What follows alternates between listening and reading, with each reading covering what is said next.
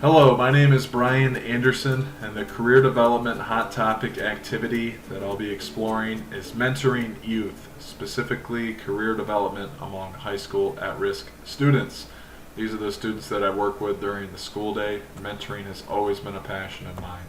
So let's dive into the problem here. Below I've listed some characteristics of at-risk students. Again, these aren't all, but just limited to the following here. Low socioeconomic status, low parent and or student educational attainment, low levels of school engagement, low levels of peer or teacher support, as well as single parent households. So how do we address these factors for at-risk students, and how do we work with them in order for them to eventually graduate high school and begin the trajectory of their career? One possible solution is through mentoring. Let me define mentoring. It is the passing on of values and instilling hope in a student's future, and this is done through the use of positive role models. None of this can take place if there isn't a solid relationship between the mentor and the mentee. I love this quote. Relationships emerged as the vehicle that assisted in the transmission of knowledge. This was specifically in the context of a school-based mentoring program, and none of the objectives or tasks could be carried out if a relationship did not exist among the mentor and the mentee. Another thing to highlight here below, in order to see significant statistical differences in different areas of study, such as improved self-efficacy in this study listed below, there must be a relationship between the mentor and the mentee for at least 1 year. One of the terms that I kept seeing throughout all the different types of mentoring programs was connectedness. This was actually done in a cross-age mentoring program, and it explored connectedness throughout self, to others, as well as society. So the mentor and the mentee, they're working on focus on the uniqueness of that mentee. So understanding their unique talents, interests, abilities. They then connect that to others, so they are developing interpersonal skills and helping children be more effective at working with others, which ultimately leads to a connectedness to society. So just focusing the attention outside one's culture, school, community, and family. Some theory that best describes mentoring is social learning theory, and this was developed by Albert Bandura, and it can be best summed up as understanding the way in which people learn through observation of others. I now want to look at 3 different kinds of mentoring programs. These first 2, cross-age mentoring program and school-based mentoring programs, they exist within the school walls. And the last one are outside the school walls, which is through community-based mentoring programs. So let's look a little further at cross-age mentoring programs. Typically this is done through older high school students mentoring middle school or elementary youth. In order for this to be beneficial and see the effects from it, there has to be structure that is provided by the school counselors. 3 areas that were explored in one of the particular cross-age mentoring programs I looked at were academic skills development, connectedness, which I mentioned earlier, as well as unstructured time. And this is really where relationships are being built between the mentor and the mentees. I've listed some examples of specific cross-age mentoring programs. Big Brothers Big Sisters has a high school BIGS program. We'll also be looking at this organization as a whole, and you can see these other examples, the peer assistance and leadership, as well as peer helpers. So school-based mentoring, this is taking place within the school walls. So it is enhancing the students' connectedness to school, teachers, and then extending that outside of the school walls to the parents, family, and community.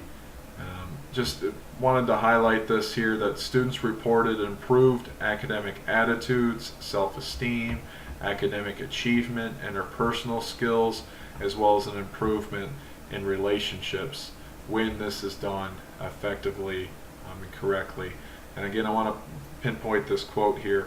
School counselors can encourage students' connections to their school by providing opportunities to creating relationships. And to go back on that point earlier with the cross-age mentoring program, providing that structure allows to see these gains that were mentioned before.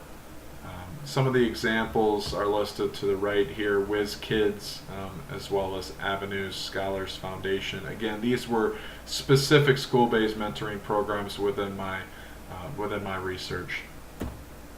Lastly, community-based programs. These are located off the school site. They occur without structure from school personnel, so that can potentially be seen as a detriment. However, it allows for longer and more consistent mentor-mentee relationships. And going back to that quote earlier, in order to see statistically significant gains, that has to exist among relationships that last over a year. And that's the benefit of community-based programs. They go beyond the school calendar. So there's an incredible opportunity through this. And it gives the school counselors some flexibility. They're able to partner with local faith-based or even nonprofit organizations to get that structure and support that is typically seen within the school walls throughout the different programs I mentioned earlier. I wanted to look at some specific examples. I've listed the Gentlemen's Club and the Ladies Club. That's a pretty cool opportunity where students are basically educated about options available for their futures. It's just, again, just the basics of mentoring, instilling hope and purpose for them. But I really want to highlight Big Brothers, Big Sisters. This is very personal for me. My dad was a little, so he was from an economically disadvantaged home. Also, it was a single parent household. His dad died when he was 4. And Big Brothers, Big Sisters, they help develop self-confidence, help students perform better academically, as well as building positive interpersonal relationships with others, both in the school as well as throughout the community. So again, going back to my dad, he had a big, his name was Stan, and Stan invested in him. And my dad went from a pretty dire situation to providing for himself, and really just providing for me. I was able to have that support, that structured home environment, and I really love the opportunity that I'm in as a school counselor, as I get to give back. So through Big Brothers Big Sisters, not only did it impact my dad, but it impacted future generations as well, including me, and now I have that opportunity. So that's when mentoring is done correctly.